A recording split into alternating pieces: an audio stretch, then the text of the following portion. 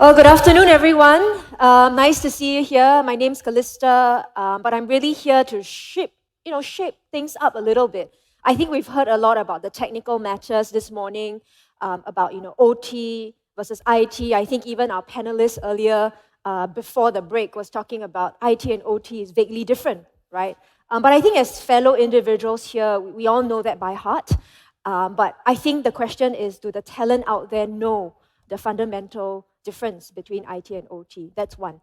I asked my fellow colleagues here today, and this morning I said, "Hey, what's purple team?" I saw it on the back of your cards, right? And I think the sector moves so quickly. The question is again, do people that's coming into the sector know that it's moving as fast as this is? So today I'm going to cover three key things. The first is around how much about the talent do you know? We all know that there's a talent shortage, but how much shortage are we talking about? We will definitely discuss. What type of shortage are we talking about? That's also something we could talk about. But what's most important is the myths that we always hear about is, people look for money, people look for career. Is it truly a myth? And that's something we also like to talk about today. So I'm just going to put a little bit of a couple of facts out there today, and not just on this screen, but if you pick up your phone really quickly and you just Google, right, IT talent, OT talent, cybersecurity talent, you'll see all these things coming about. It's all about shortage, not enough people, I can't find them, there is a gap, problems after problems. But if you were to just double click on each of these problems, what are we really, facing? Is it a sheer number, quantum of people that we are missing? Or is it a skills gap that we're missing? Or is it a mix of both, right? And I know some of you will really say, it's definitely a mix of both. But I would almost challenge that the mix of both actually manifests very differently across the globe, right? In Singapore, we have a little bit of a tricky situation with the quantum, and yet at the same time with the skill sets, because demand far outweighs supply. And there are other sectors where, or other countries where there is a supply, not enough demand, right? So there are, I would say, very varying challenges that the cybersecurity landscape comes up with. And because people like you and me know that there is a gap, people like you and me know that I am wanted, that I am power, I am champion because you need me, tides have shifted, right? It is an employer. It's no longer an employer game, it is an employee game. It is my game, right? And I can very safely say I can go out there and state my demands, and I will highly likely get what I want. But the question is what people want, number one, something that you are able to do, right? And second, does it also align with what the sector's headed towards, okay? So we all know what we know. We know that there is a gap, but let's come back and look within your organizations today. If you could just sit back, reflect, and look at the people in front of us, right? You actually essentially have 5 generations of people in your organization today. Some of you said, I haven't seen the Generation Alpha yet. Trust me, they're here already, right? And I can see some of my colleagues and my friends laughing because they are here. The year 2000s are here. They are in your workforce today. If you haven't seen them, I think if you dig a little bit deeper, they are there. Baby boomers, I know some of you are here, but at the same time, it is also not because you're a baby boomer, therefore you are obsolete, right? I think most people always assume baby boomers and obsolete comes together very, very closely, but that's not true. But I want to spend a bit of time about the people in the middle, right? You've got your Gen Zs, your Gen Ys, aka some people call them millennials. I am a millennial. So I just want to highlight that I am still a millennial. And then there is this Gen X as well, right? So everybody wants everything different. And if you take a look at what's on screen here, you have somebody who wants everything automated, hence love ChatGPT to death. And then you've got somebody who wants, oh my God, I want to work from home, I want diversity and inclusion, I want this, I want that. The people in the middle, aka people like myself, I want to find purpose. I want to work for a company that can make sure I wake up every day wanting to come to work, right? And that's the people right in the middle. And then if you go further out, people will say, no, my professional development is important. and then down to, it's a little bit of life cycle, right? When professional development is important, you've got family, money becomes important. Not that money is not important. If you ask anybody they want more money, they always say yes, right? But it becomes one of the more and more important fact. And then if you look at the baby boomers, it is all about the job security. So you've got all these people in the organization, and some people will say, oh my gosh, because I've got all these people in the organization, I cannot please everybody. Therefore, why don't we just take a one-size-fits-all, right? But yet at the same breath, there are many ways of taking a one-size-fits-all cost, but with varying programs to cater to some of these individuals. And there are ways around that.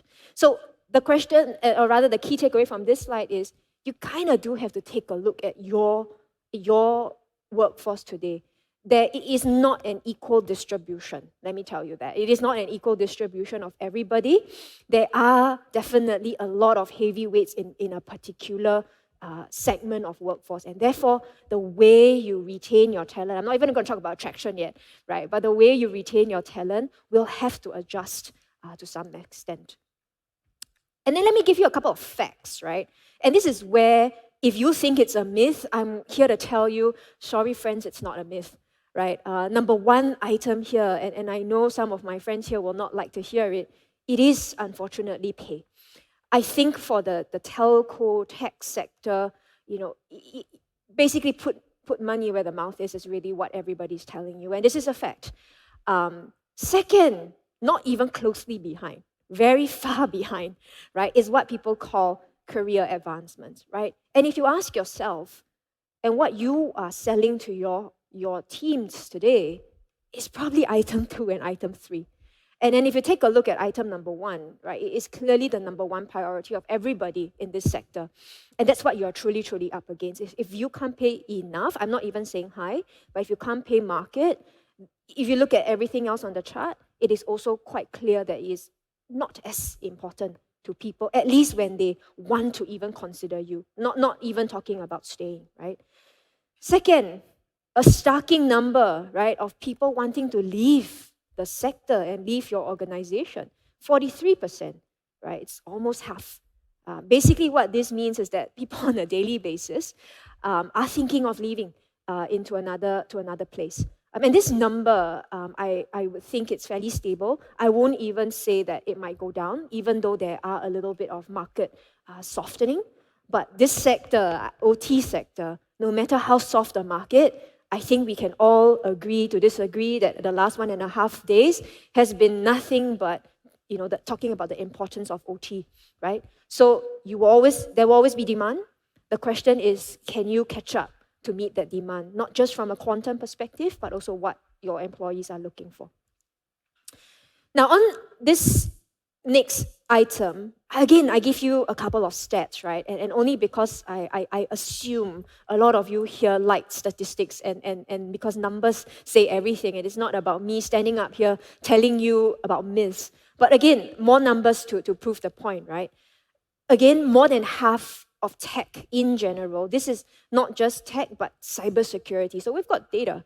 Tech is 43 earlier on. We just talked about that.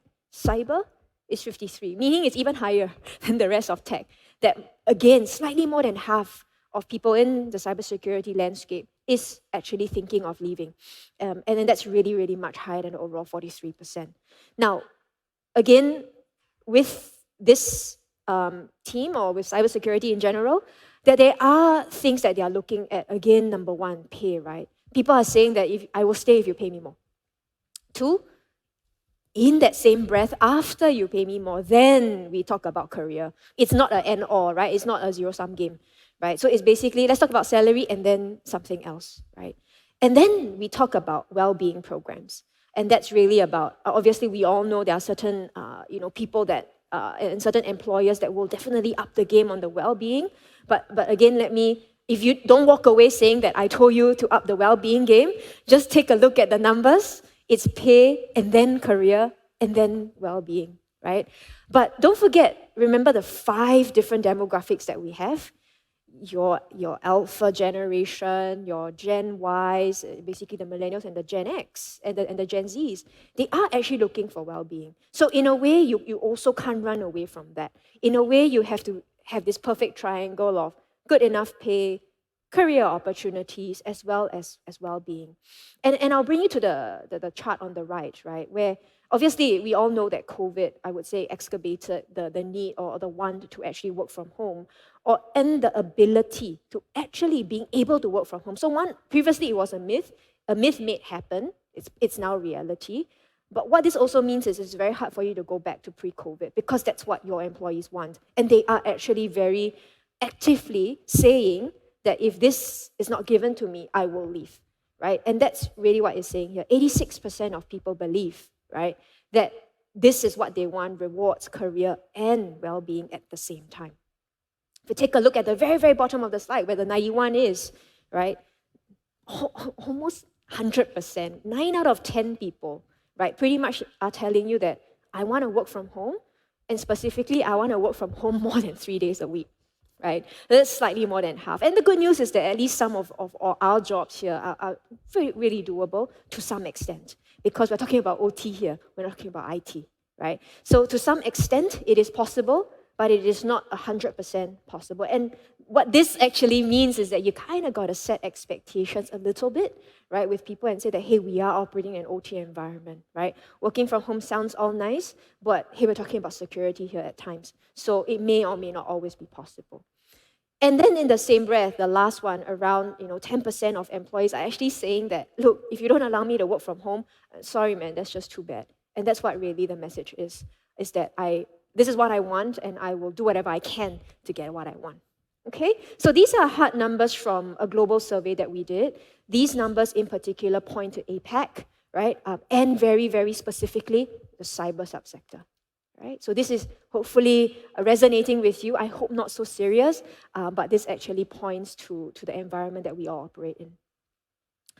In addition, right, people want more, right? You give them more and more, and then they'll take some more and more. And this is the additional 2 more things that people are actually saying, right? In order for them to actually stay with the firm, that's assuming you've got that triangulation mapped out quite perfectly.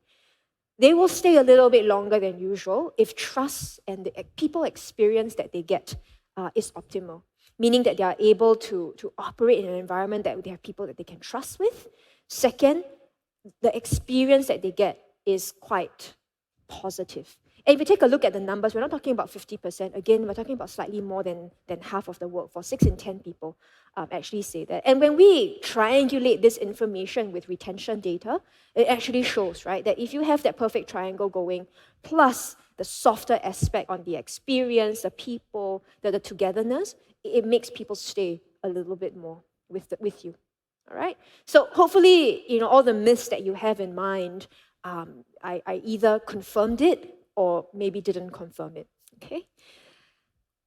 So what do we do, right? As consultants, obviously, we like to give you models.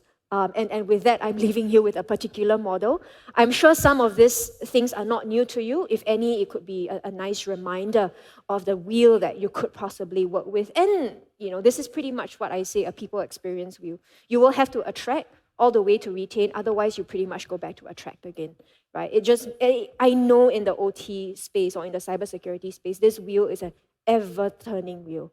It keeps going again and again and again. But that's really because I think the sector is moving really fast. It's just you have to, you can't stop searching for people. That's what I'm really trying to say, right? Unlike the previous sector which I was with, we could pause for a while and then start again during high season, aka after bonus. But in the IT space, in the cybersecurity space, this is an ever-turning wheel, which means that your HR individuals are actually really hard at work. And if they're not, please remind them that they should be, because this wheel is an ever-turning wheel. And then the next few things that, again, I want to share with you is, there are 3 things, remember, that we spoke about earlier, right? That formulation of this nice triangle around pay, right, career, and then well-being. Now, this slide here pretty much covers, right, what does careers mean? And if you are in doubt, you can take a look at what's online. There is this thing called the OT cybersecurity competency framework, which has been developed by yourselves, right? So it is developed by your own colleagues, in your own peers, in your own sector, where they actually say, look, this is the map that we think could help people understand what are they getting themselves into from the very start, or midway, or if they want to cross from another sector, right? So that's something that we've put up, and it's a good starting point for you. And we've given you a little bit of a snapshot of what that could look like. In the middle, I think training, one of the things that I want to underscore, right, is remember the very first conversation that we had about, are we really a demand issue? Is it a supply issue? And what type of supply are we facing with? Is it I have a lot of people and not enough skill? Or do I have only certain skill set which I'm looking for that I can't find, right? In the Singapore landscape, and if you're talking about Singapore, we do know that people have some skill when they come out from school. It's just that the sector is moving really, really quickly. It's a constant catch-up, yourselves included, as well as students included, okay? So that's the Singapore landscape. Now, in the rest of ASEAN, just if we bring up the map a little bit more, the rest of ASEAN is a capability gap. So meaning that you have the right people, you have to invest a lot of training in addition to what they got in school, right? So that's an ASEAN phenomenon. And then if you bring it up a little bit wider as part of the larger APEC, that's where things get a little bit more interesting. In South Korea, in China, and say even like Taiwan or even Hong Kong and all these places, you've got varying patterns. So China has a lot of good talent. The problem is there's not enough demand. So China has a demand deficit. There's a lot of supply, just not enough to meet the demand, right? Enough skill sets, just people not hiring. So that's a China phenomenon. In the other peripheral regions, it's again very similar. So even Korea, right, and Japan, there is skill set, but also not enough jobs in this space. So which is why you are possibly also seeing people filling up, coming downwards into ASEAN or even upwards into the Middle East, because there are certain skill sets which the APEC team or schools have created, but APEC as a whole, and there is periodic demand in certain instances, so people are flowing outside. So depends on where you operate. Some of these talent movements you gotta keep a check at, because you will have to apply different talent strategies to attract people, and then at the same breath to also retain them within your organization. Okay. Lastly, wages, right? Again, there are a lot of information out there on wages. This slide actually tells you where to get at. But this also gives you a view around how much you are paying versus how much the rest is paying. And that also gives you a view of how far are you behind. And then you know that it may or may not just be a myth. Okay? So this pretty much underscores some of the key takeaways for us. And if I were to summarize a couple of things that you can take away from the competencies, right? Number one, people want a career. If you don't already have one, you could use some of these information here, and I think you could see the slides there. And obviously, you've got to tailor it, right, for your own organization. But at the same breath, there are a lot of training programs out there, right? And we're constantly, being asked the question around, hey, there are so many training programs, which one is it? And that's something that I think we can talk about very, very shortly. And last but not least, there will be some instances that there will be a job redesign. And the reason why I say that is, I think just early this year in January, when I spoke to some of you, we're talking about SOC analysts in particular, specifically OT. And I remembered the comment around, hey, the SOC analysts will definitely go away. And then I asked the question around, go away how? Is it people go away, job role go away, or what can we really do, right? Don't you all have a problem with not enough people? So you can't just say that it's going to go away. But it was a very, I would say almost a sweeping statement, and I think a very daring statement to actually say it's going to go away, which is why I'm going to offer you a different perspective, right? You may not need as many, but it doesn't mean that it's going to go away, right? It's just that the SOC analyst roles will look very, very different. It is vastly different, and hopefully some of the reports that you see coming out after this conference will give you a sense on how the OT landscape has shifted, and specifically how even SOC, pen testers, and all of these have shifted. You still need them, is what I want to say. And it's not, if you're wondering if it's a myth around, oh my gosh, will there be a future for SOC? Will there be a future for pen testers? Obviously there will be. It just might not operate or look like the way it looked like yesterday. Right? There will always be a role. It will look vastly different. Okay? My last slide. before we move into the next segment and to get to hear some of the questions that you have, 3 key things, if I were to summarize, on what you can take away. And if you're not HR today, send this to your HR colleagues, if you may. Number 1, right? We have 5 different types of people working in our organization today, like it or not. The really first important thing you need to know is, if you think you understand what they need, I would almost challenge you to say, really go find out what are they looking for, and what do they really, really want in the organization. There are many talent strategies out there. From a cost perspective, you can keep the same cost, just different talent mechanisms, and you should be able to achieve some of the well-being items. Second, what can I do to effectively engage the 5 different groups of people? That's also something that you will have to underscore and think about. And hopefully, if not already acted upon, something that you can think about and work together with your HR's team to act upon. Lastly, remember the nice triangular that we're talking about, right? Number 1, salary. Number 2, career. Number 3, what's number 3? Well-being, right? Thank you. So you have to underscore what this 3 is in the last item, and then allocate the different weightage. Now, weightage number 1 for salary will always be number 1, but the career and the well-being you have to shift depending on the generation that you have in your organization today. Okay? So if there's anything that you forget today, remember this. Remember the nice 3 triangle that you will have to fulfill as much as you can. If none of you are HR today, great, because now go pass this message to your HR individual, because if this is really not acted upon, it'll be really, really hard, not just to attract, but to also retain some of the key talent and OT talent today. All right, with that, I'm really good on time. I would move into the next segment. Thank you, and I'll see you in about 2 minutes. Thanks. Thank you, Ms. Ong. Let us now invite our moderator for the session, Mr. Wong Chunbong, Director, Strategic Partnership Office and Workforce at the Cybersecurity Agency of Singapore. Mr. Wong, over to you.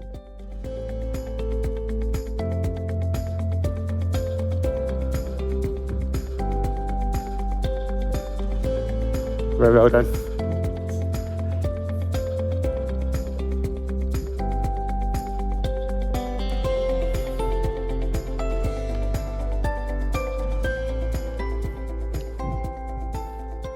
All right. Good afternoon, everyone. And thank you, Callista, for the very insightful presentation on talent. Right. As mentioned earlier, I'm Chun Bong from the Cybersecurity Agency of Singapore, and I'm the Director overseeing cybersecurity workforce development for the ecosystem, the CSA Academy, as well as the Strategic Partnership Office. I'd like to also welcome Mr. Tim Conway from Sense Institute and Mr. Eric Lee from Deloitte to this panel discussion on developing talents. Right. Ms. Tim is actually the Technical Director of ICS and SCADA programs at Sense Institute. He's a recognized leader in cybersecurity critical infrastructure protection, especially in the energy sector, and has authored and instructs in advanced level ICS cybersecurity courses. He told me he enjoys skiing and snowboarding. Eric is a Executive Director from Deloitte Risk Advisory, Cybersecurity Risk Services, and Talent Practices. His experience includes technology risk and governance advisory, business IT, program management, and data management system design and development. Eric enjoys long walks and participates in marathons in his free time. So, Callista has provided a very good introduction to what employees should think and look out for in attracting and retaining talents for the OT security. We shall now widen our discussion a little bit to look into how we can build up the pipeline and improve the quality of OT cybersecurity workforce in the industry. Specifically, we will be covering 3 areas. First, the growing demand for OT security talents. Second, what we should do to increase the supply. And third, how we train and upskill our workforce inside this sector. So now, the number of cybersecurity professionals has been increasing for the past few years from around 4,000 in 2015 to more than 11,000 last year. But we understand from Callista that there's still a very acute shortage in talent, including in the narrower OT cybersecurity domain. So with that, I would like to look into how we can continue a discussion with regards to the demand of the talent. So from your observations, right, Callista, and how big is the shortage of the OT cybersecurity professionals in the Singapore's perspective? And what are the OT security job areas that is most in demand, right? And of course, later I'll open this to Tim to provide the perspective from the global view. Thanks, Chun Bong. It's quite nervous to be the first one to set the scene, right? But I think, Chun Bong, we both know, and we've been working on the actual numbers of 4,000 to 11,000 and still growing. What we know from the sector is not just the quantum number that is missing, it's not being able to find the quantum in the Singapore landscape is the second. But yet, at the same breath, what we do know specifically for OT, and it's a very unique phenomenon, is employers or the demand is wanting people with hands-on experience. And that's where it gets a little bit tricky. Is not many people with the right skill sets were able to apply it from a hands-on perspective. So that has been the biggest call, the biggest ask, the biggest beg that people are hiring in the OT space that are really asking for is, I don't just want people, warm bodies. I want warm bodies who could actually do something. And that has been one of the biggest ask, at least in the Singapore landscape that we see. A lot more so here, a lot more acute, a lot more demand on that very specific item as compared to, I would say, the rest of the world. Yeah. Tim, from the global perspective? Global perspective, I believe one of the slides you showed was from the Fortune.com, kind of indicating 3.4 million cybersecurity jobs and the skill demand widening. But from an asset owner and operator or an entity perspective, there's a lot of questions when you see those numbers, just as much as there is if you were a student going into school and you saw those numbers and you started thinking about, well, I want to chase one of those jobs and move into a cybersecurity role. Now, it becomes a challenge of, if you want to go into cybersecurity, that is like saying, I would like to be a doctor. And it becomes a question, a doctor of what? Doctor of head, eyes, ears, nose, throat. And when you start to divide up the cybersecurity domains of what do you want to be a cybersecurity professional of, there are multitudes of different tracks that you would go through from an area of study. And then during your learning, what areas you would want hands-on experience, how you'd like to pursue apprenticeship programs. And as countries look at that, as companies look at that, everyone is really looking for how do we get people with that experiential-based learning and confidence-based learning where they can go in and actually perform a job, add to a company's value, and perform a role. And it specifically in ICS cybersecurity, you first have to define what area you want to go into, and then you add all of these other areas of, well, you also need to know operations. You also need to understand engineering. You also need to be an expert in the cybersecurity domain. So it is not a easy skill set to obtain and be an expert in, and it takes a number of years, mentorship programs and apprenticeship as well. If, depending on the different generations, a wonderful presentation, some will want more transferable skills and they will chase cash. Others will want a career where they have the opportunity to promote and develop and pursue additional things. And others will stay in low-paying jobs because they have a calling. They have a need to go service a community. They understand the mission of what they're doing every day and why they get up and go to work. And that is absolutely where you find unique people in ICS and OT. Excellent. Thank you, Tim, and thank you, Callista. So would you expect the demand, 3.4 million, 11,000 in Singapore, to continue to grow in the next few years? And if so, what would be the factors that are fueling this growth, both globally and in Singapore? Maybe I can ask Eric for your opinion, please. Yeah, I think the answer is definitely yes. In the space of ICS, OT, the sector itself is not very mature. right? Especially in this part of the world. So I think there is a lot, as the understanding of the risks in this space grow, the demand for professionals in this sector will definitely grow. So I think the answer is definitely yes. The other part that we often grapple with internally is looking at how do we meet this demand? You know, do we hire engineers and convert them to cyber risk professionals, or do we hire cyber risk professionals who are perhaps IT based and then kind of convert them to OT?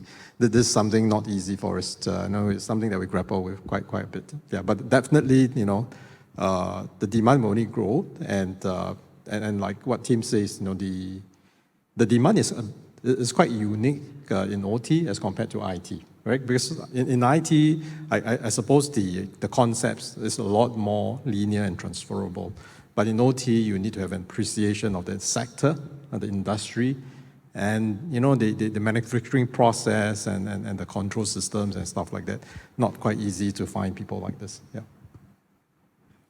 Thank you, Eric. Maybe Tim or Callista, anything to add on that?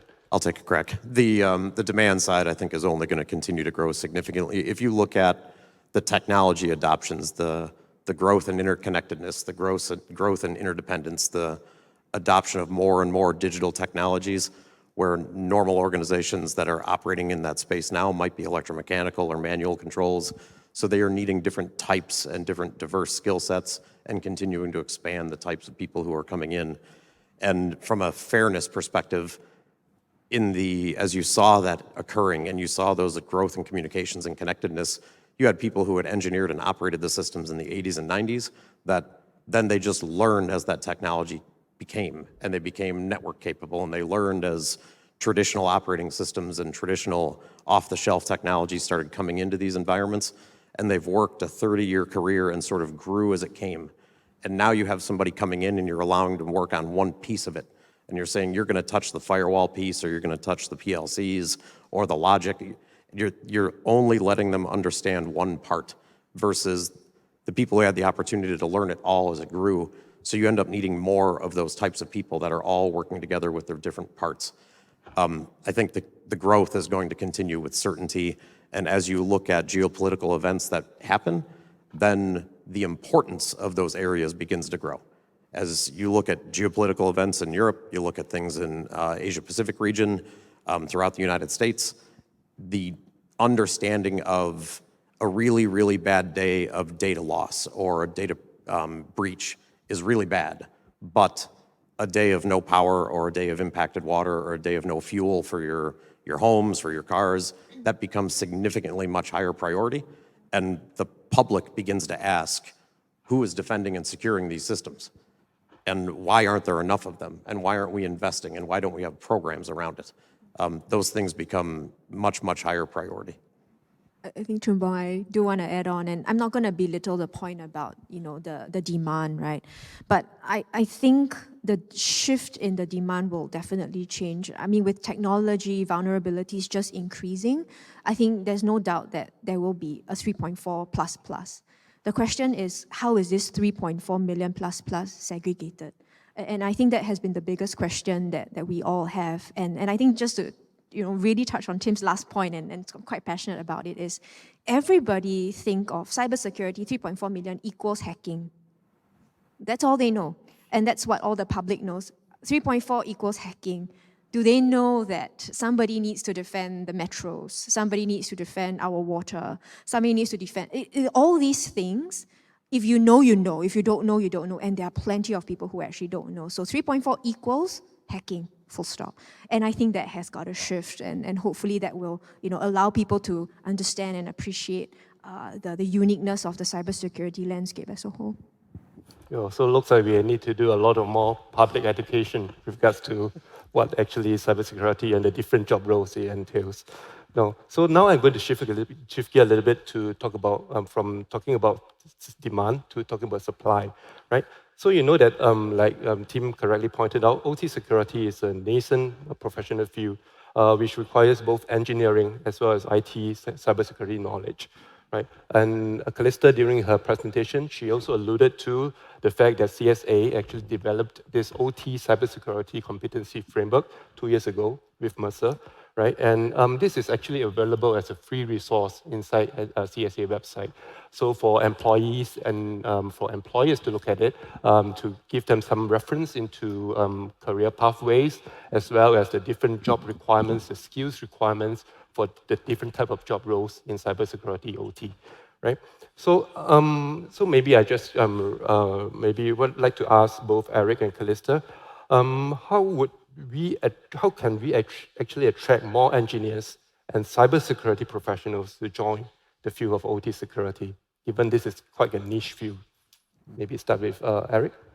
Yeah, I think OT, the sector, and OT cybersecurity is very unique in the sense that you do need a mix of good skill sets, engineering skill sets, and then the concept of cybersecurity. It is, in IT, I think the concept is the same.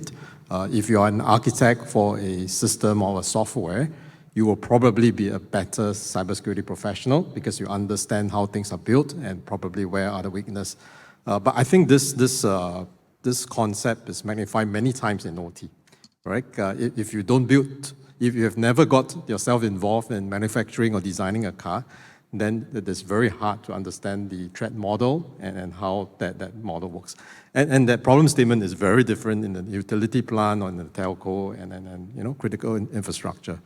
So I think that there's like most job roles, there is that T model. I think we need folks who are broad, who understand policies and procedures and supply chains and geopolitical stuff, and then we need people who are really very deep in technical, who have that passion to develop control systems and security mechanisms that really work very well with in the context of that sector.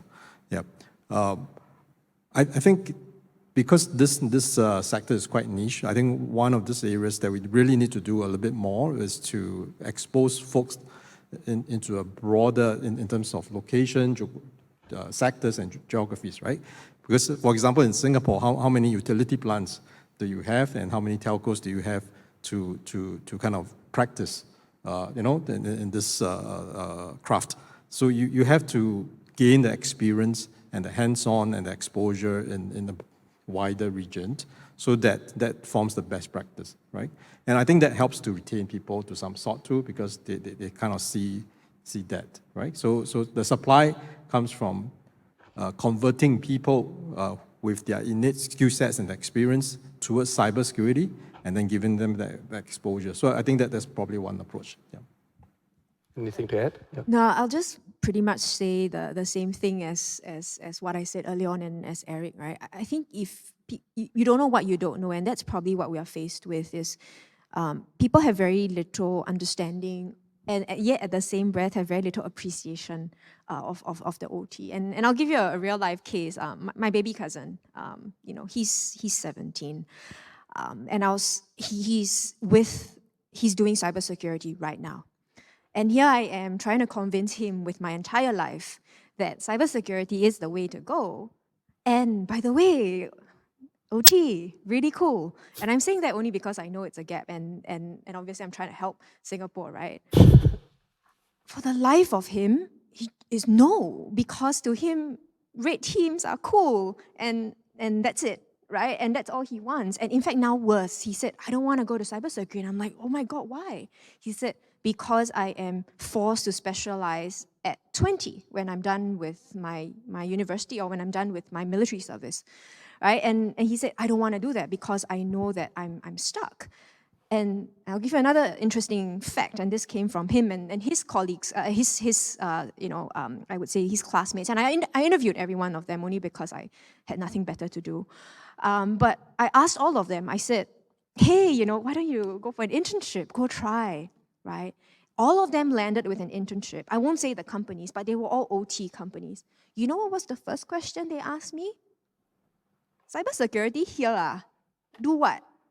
I was like, oh dear. So then I think we are faced with quite a lot of education, and these are just at the student level. I'm not even talking about people who are, even trying or even thinking about it, because they have only got one level of perception. And for all of us here who can talk a lot, it's because we've been in here for a while. But coming from outside in, there's a lot that people don't know. And even my dear cousin, who I have failed terribly to try and convert, and I'm sorry I lost one person. Hopefully I can convert the other classmates, but the answer is a flat out no. Just because he doesn't want to be pigeonholed, he doesn't think it's cool, and obviously the internship experience didn't, give him what he wanted, right? So yeah, I think it really starts with just opening people's eyes to that. Yeah. Yeah, so back to the question of public education. And I think both the government as well as the industry can do more about this in the long term. Yeah, so my next question to both Tim and Eric will be whether universities or other institutes of higher learning like polytechnics are doing enough to produce industry-ready OT cybersecurity professionals who serve the market needs. And if not, how can they do better? Anyone? From working at a utility and working with a number of universities in our service territory and trying to make sure that our job needs aligned with their program needs, oftentimes with university models in the United States and abroad, the university will chase a government grant, or they will chase some level of funding and build a program, and when that funding is gone, the program collapses. So working with other training providers beyond just academic, working with technical institutes and really trying to help shape kind of the workforce that you need as an employer. And honestly, it's been referenced a couple of times. I don't know if we have a slide that we can pull up, but it is looking at things that centers of gravity. So throughout the United States with the NICE framework, and throughout Singapore, the things you've done with OTCEP, those are both kind of leading the way for other countries around the world.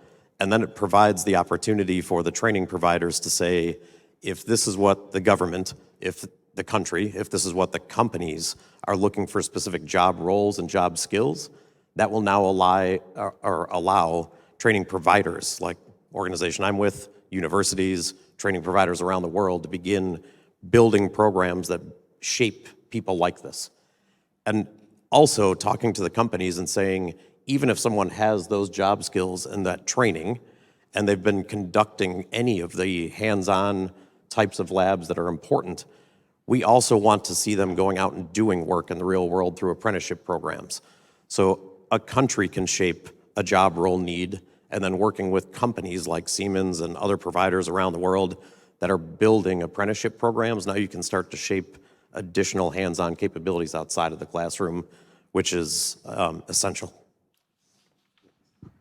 Yeah, I think the only thing I can probably add to that is the extending that training to involve the industry players, So you have the manufacturers of devices and OT, you have the universities that's pushing out training, but the real life experience is really with the clients, right? Organizations, working with airlines to look at how do we do OT testing in aircraft, going to medical hospitals to look at medical devices situation and doing risk assessments. So I think this is something that we need to probably work a bit harder to bring that three parties together to provide that stage for the rehearsal to be done, and also to generate a greater awareness of how does OT translate into the real world. Yeah. One of the things to tie together some of what working with universities, working with people coming into the career space, and the story that you told of, I believe it was your nephew, just trying to shape the future of the world.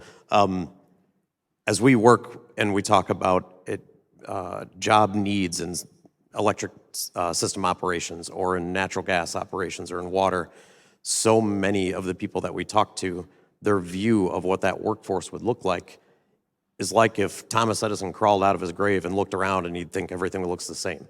They have this expectation that it's an ancient old system, that it's not cool, it's not interesting. They have a view of being a sniper on a hill and being a pen tester or being a vulnerability assessor. Being a pen tester, you're doing a tremendous amount more work, paperwork and documentation and presentations and reporting than they have in their mind. And if we could also help to highlight and show at an electric utility control center or at a water treatment facility the tremendous amount of digital assets and network communications and SCADA and how that all works, and tie together the big mechanical moving system and the physics to the cyber digital components that have this cyber to physical connection, so many people would be drawn to it, like gravity going towards things that are interesting, not just working on data in a cubicle, but seeing the effects of your work and the importance of it. Yeah, great. Yeah, so my understanding with some of the polytechnics in Singapore, that they are actually moving towards more experiential learning and internship. In fact, for some of the courses I understand in some of the polytechnics, they are asking the students to go out to do a 1 full year of internship. Imagine it's a 3-year course and one full year of internship among the 3-year course. So I think maybe they are moving in the correct direction in providing more industry hands-on experience for the students, so that when they really, after they graduate in 3 years, they'll be ready to tackle real-world challenges. Thank you so much for the answers. So maybe I move on to the next question, which is directed to both Tim and Callista. What can employers do to plug the supply-demand gap? What can employers do? And is there anything that the government, for example, CSA, can come in to help? Okay. I think we've got the same question there, so I'll probably try and kill 2 birds with 1 stone. I think if we think that we could bridge the gap and that the gap will narrow over time, I would pretty much say, don't even think that would happen, right? It's gonna be a constant. It's just gonna be in parallel. There will always be a demand. There will always be supply. There will always be some gap, right? The gap will never be fully bridged because things change, people come and go. But one of the things that I think employers in particular that can at least get the type of talent that they want is to obviously understand, number one, what are they looking for? I think sometimes people don't really know what they're looking for, be it the type of skill sets that they want, the type of people that they want to bring to the organization, and understandably, right, because it is a gap I'm trying to fill, I'll just take anybody that I think is good enough or who could, in a way, tell me what I want to hear, and therefore I plug that gap, right? So understanding the softer aspect of what people are looking for, what you are looking for, and then hire the type of people, I think that's a little sweet spot that people want to try and achieve, but it's constantly very hard to achieve. And then I'll tackle the top talent question. The thing is, when you hire talent, you don't always need to hire top talent. You need to hire talent. There will always be people who you need, and there will always be a revolving pool of talent that will always go, right? And we all know with high performers also want to work for high-performing organizations. And imagine if you have an all high-performing team, it's great for that point in time, but nobody is ready to stay back and do the day-to-day work, the grunt work, which is why you still need a steady pool of talent, right? And if we assume that every talent knows what they're doing, you kind of need a few people that really wants to go crazy and be that driver. And you also want people who are like really happy, just doing certain things, and that's okay. And that's the kind of mix of talent that you need. So if you go in thinking that, oh my God, I want to hire all this great group of people, remember that there is a day, and OT is about keeping the lights on. And high-performing talent don't always want to keep the lights on all the time. They are always chasing for something bigger, better, more fun, so on and so forth. And therefore, if you have that nice mix, I think you're in a slightly better state than that. Jim? I think one of the things we need to start doing better is stop scaring people away from the sector, meaning we make the job sound like it's impossible to ever be prepared for, that you need to know everything about everything, and kind of working through the focus of we're training individual learning objectives, we're training individual people, but through exercises and through a number of other things, we are also relying on the team. There are going to be engineers, there are going to be cybersecurity specialists, there's going to be system defenders, there's going to be vulnerability analysis. They're not one right skill set, there's not one right person. It is a mix of that talent and diversity that we 100% need to pursue. It can't be you need to take this course from this company or this training from this individual and then you'll be ready. It is you have a role that you're playing, whether you're new as a level 1 engineer, level 2, level 3, if you're an analyst. Ultimately, it is the capabilities of that team that a company or a country is building and developing, and you are a part of it. More than anything, I think in this space is your willingness to learn is probably the key indicator. There's a whole bunch of other indicators that we've worked on with teams within HR and others that if you liked working on cars, you might be a great fit for ICS and OT. If you like playing an instrument, if you play a lot of Xbox, that could actually be a good thing. So the approaches of the type of people and the types of different roles, we need to stop scaring everyone away. That is probably the key thing we need to change our voice and our messaging on. Right. Stop scaring people away. We need more, for sure. Yeah. Thank you. Thank you, Tim and Callista. Maybe now we can shift gear a little bit to talk a little bit more about training, right? You know, in CSAs, we are intending to roll a new program to train professionals in adjacent fields, for example, in engineering, in auditing, and even in legal, for example, right? To give them some basic fundamental cybersecurity skills so that they can perform the job, basic jobs related to cybersecurity. So we're going to roll out this program in the next couple of months. We're going to be announced and next month at Innovation Day, right? Yeah. So my next question is actually to Tim and Callista again, right? In your view, are there enough training courses that's available in the commercial training market in the area of OT security? Or is there any specific specializations within OT security that's terribly short of trainers? And is there anything that we can do about it? Sure. Please. I'll take a crack on it. So having worked in the field for about 15 or 16 years and looking for those courses, and they didn't exist. We used to have a high reliance on we're going to buy a system, and then we're going to go to Siemens or Schneider, and we're going to take what they believe we should be taking from a cybersecurity perspective. And they used to maintain their own courses specific to products. Over time, those started to drift away as a number of those different universities or those models vanished, and it became, in a lot of cases, a number of different vendors in a system. So going to a single vendor wasn't going to get you what you were looking for. So kind of these generic cybersecurity training courses started to emerge. We would often go and take them and then meet with our internal teams and say, here's everything you just learned in that course that you cannot do in our power generation sites. Here's everything you just learned in that course that you cannot do in our control centers or our substations. So we would unteach.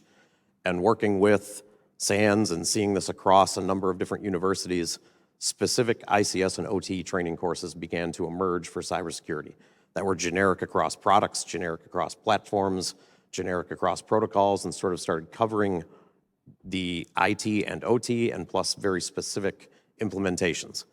I think where we stand now, there are enough training providers in various countries and various languages that from somebody coming into this field, there are resources for them with certainty. As you start to emerge into specialty areas, even the ICS program that I'm the curriculum director for at SANS, we've been running and created our first course 9 years ago. As we step our way through, there are areas that we know we still have to go and complete an industrial control system pen test course. We know we're going to need to develop tools for an industrial control system forensics. And as we see emerging areas like industrial control system cloud integration and operation, there are areas where there are still gaps. And that we will continue to pursue courses, universities, other training providers will continue to do the same because it is a need from the asset owners and operators that they are seeing these challenges. They're looking for appropriate architectures, framework, guidance, and then how do we continue to train other newer people so they come in and they're ready to perform a job.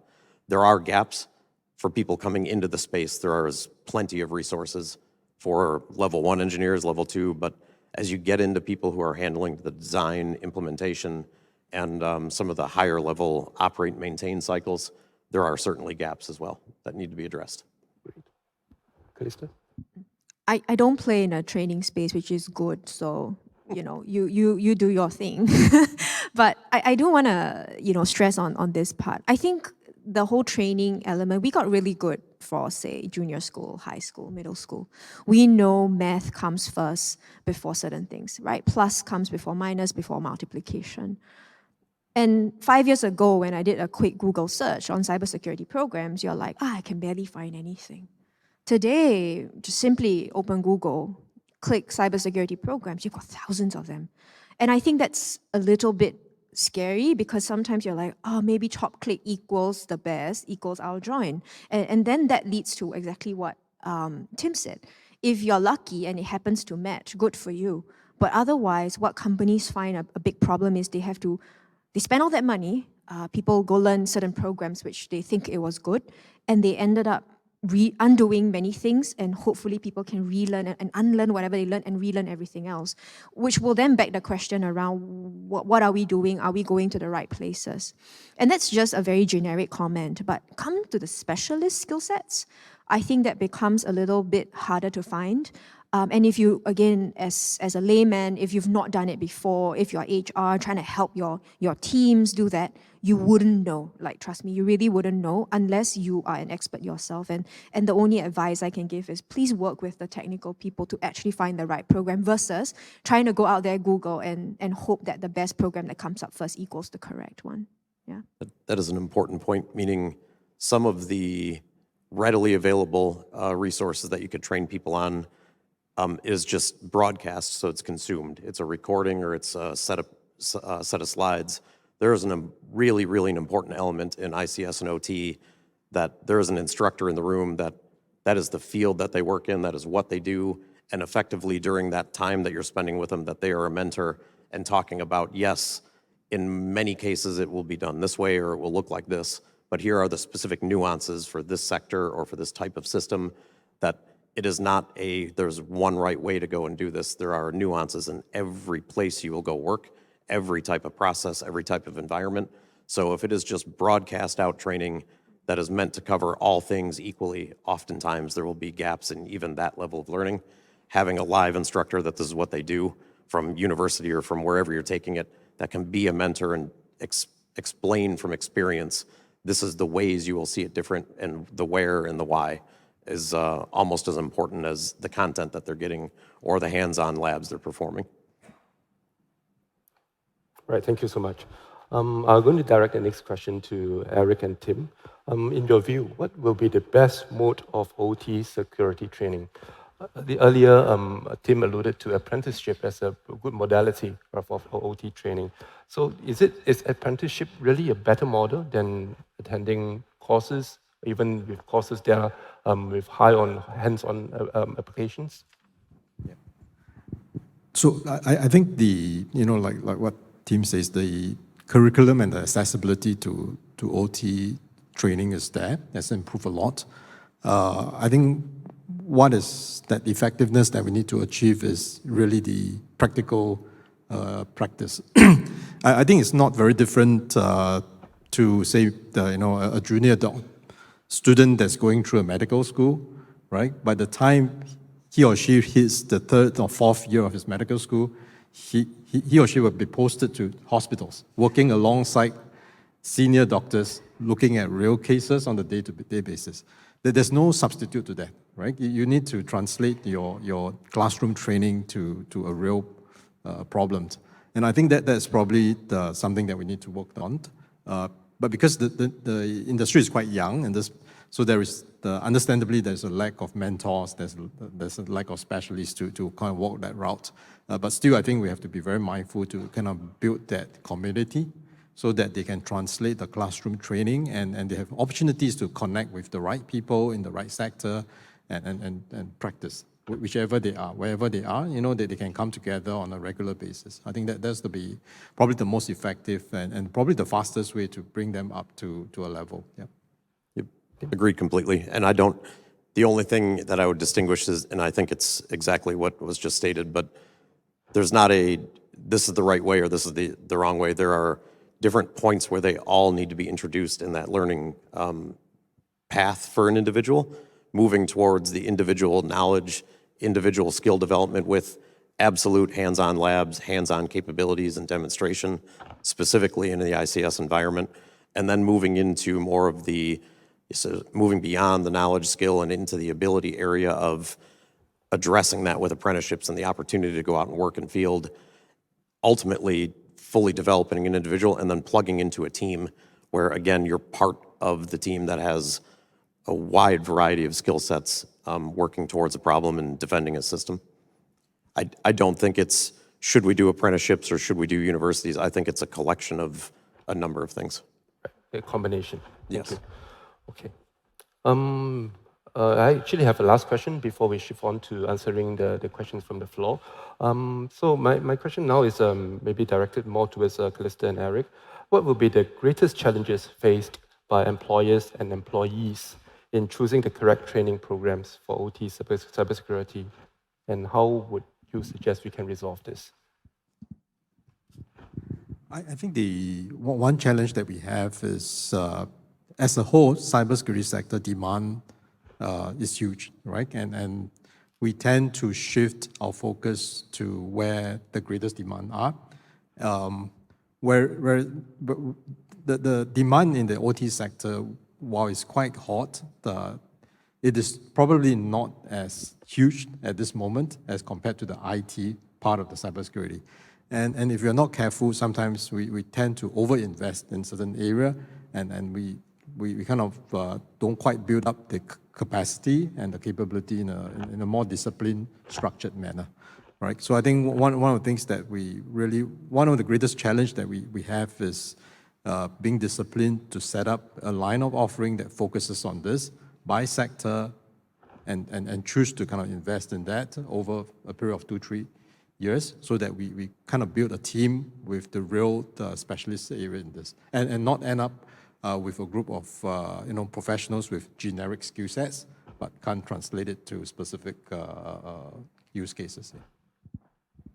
Yeah. I'll split the employer-employee a little bit finely, right?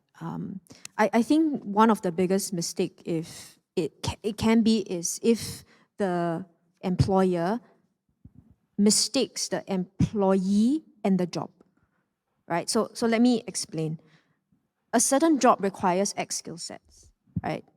You need to firstly understand what skill set that job requires. And I think to Eric's point, and even Tim, there is a difference. And if fundamentally the employer, assuming you're not a cybersecurity organization, assuming you're one of the larger organizations where you've got plenty of different jobs, you really have to, unfortunately, take the time to understand the fine differences within the cybersecurity landscape, and then OT, and then IT.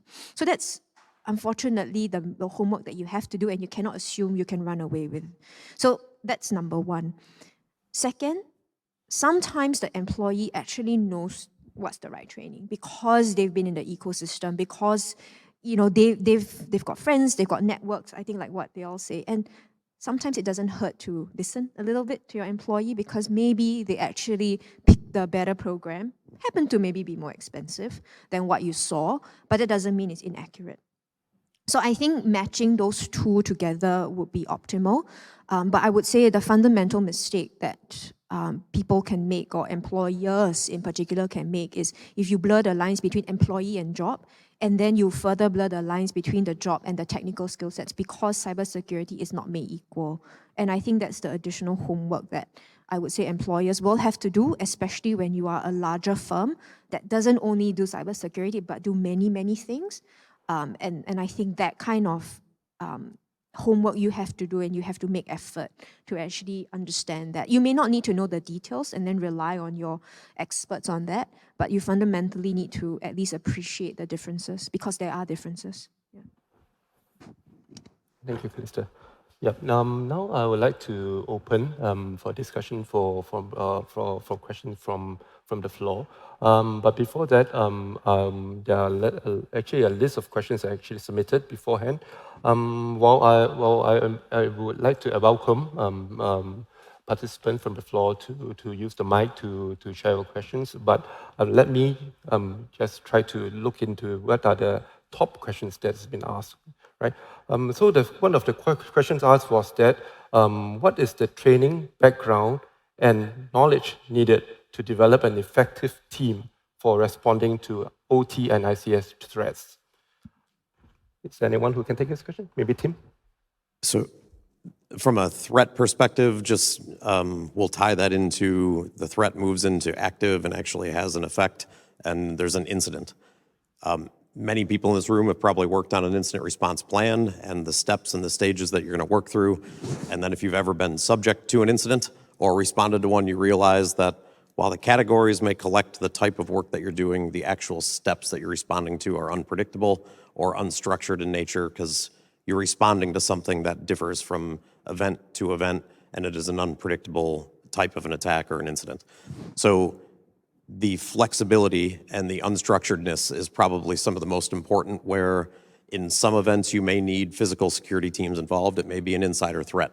In other incidents, you may need more of an IT perspective because it is something that's happening near the operational environment, and it has unintended consequences down into operations that you hadn't contemplated previously.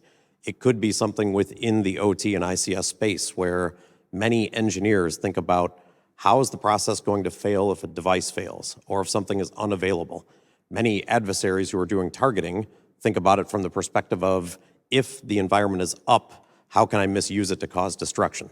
So thinking about how you would respond will depend on what the attack looks like, and you will need, depending on the attack, HR, legal, corporate communications, or you may need IT, some OT individuals and some detection so you can go find where the adversary it gained initial foothold, or you need engineers and operations for before the system is impacted, how can we move to a manual operations or a control inhibit to reduce the effect of a successful attack.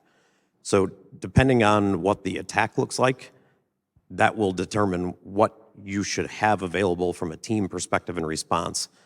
As you think of your IR plans, as you think of an effective response, I would start broadening your scope of who should be involved in your exercises, in your training, in your planning, because you can't guarantee who you would need to call on since you don't know what your next attack would look like. Thank you. Anyone want to add to that? If not, maybe I bring out this next question, which is obviously directed towards Callista. What are the other attributes that organizations can look at to enhance, to ensure that salaries are competitive? Besides competitive salary, how can we retain talent? I think it's a fairly good question. The question is, how long are you expecting to retain talent also? 1 year, 2 years, 3 years. And let's put salaries aside, assuming that that's sorted because it's a hygiene factor. The other two things which I think my fellow panelists, Tim and Eric, even pointed out earlier on, it's I think the experience showing people, and again the generation, right? If you've got lots of Gen X, then really drum down upon the purpose around why they're here, right? If you've got millennials and you've got the Gen Alphas, you got to understand what they're looking for, and then target your message accordingly. People will feel burned out. Just outside in before this session, I think we talked about burnout quite a lot. And don't mind me, programs are good, but make no mistake that a well-being program equals can solve burnout. So I hope that thought didn't creep into your mind, because if it did, then very quickly throw that out, because a program or two just helps people be aware. But I think the burnout state of, I would say, OT in particular, far outweighs other, I would say, sub-verticals within the larger cyber landscape. So I think understanding your employees is definitely key. And then having the different programs, be it well-being, careers and all, just to really show them that you care, right? Remember, after the triangle, there was this other 2 slides around making sure that people are part of the team, trust, and the people that they work with. I think it's age-old traditional methods, and I would say some of them are a lot more important to some of the demographics than it was before, in particular. Yeah. Thanks, Callista. Yeah. Maybe I shift to the next question, which I thought is a bit different from the rest, and which I quite like. Right. Directed to any one of you. It says, what kind of cyber training should we do for CXOs, excluding the CISO and the board of directors? Anyone want to take this? I can go first, yeah. And only because I had a board meeting this morning. And we were just talking about training and things. I think it really depends on what you want the board of directors and CX. Let's take board of directors first, because ideally you should separate the two because it's not the same. If you want the board directors to understand and appreciate cyber and risk, I think fundamentally you need to at least make sure that they heard the message that you are vulnerable, full stop. And I think with the board of directors, they are less cost conscious about training than you think. And they are actually always looking for the next best training, looking to understand around, what's going on in the organization that they oversee, because they don't run them, they oversee. And then understanding the vulnerabilities that actually attacks them so that they can consider the right mechanisms and or hold management responsible for these. So that's the board of directors. Now, CXO, including CISO, I would actually say, almost daringly say, their role in, let's just talk about cyber in particular, actually plays a big part. And I want to go back to what Tim mentioned around, when you get an attack, you obviously pull in very different people, right? And your CXOs are also one of these people, and they need to really appreciate and understand the risk that they fall into.